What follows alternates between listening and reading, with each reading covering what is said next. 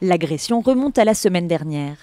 Maurice se prélasse alors en toute tranquillité au bord de la piscine de sa résidence. Des petits sont arrivés pour se baigner de force. Ils se sont fait virer par les résidents. 5-10 minutes après, à peu près, ils sont revenus avec des plus grands. J'en ai vu un qui donnait une gifle à une femme qui avait un bébé dans la main.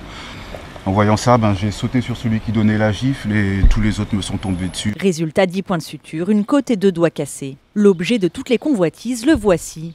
Une piscine privée. L'accès y est en théorie interdit à toute personne étrangère à l'immeuble. Aucune importance pour les squatteurs qui s'approprient les lieux, pourrissent la vie des résidents, avec en bonus distribution de coups à quiconque tente de s'interposer. Ils essayaient de rentrer, les gens les ont empêchés, ils étaient juste devant la barrière. Je me suis fait gifler alors que j'avais la petite dans les bras. Le syndic de copropriété a bien concédé quelques aménagements pour empêcher les intrusions, comme la présence d'un vigile le mercredi et le week-end.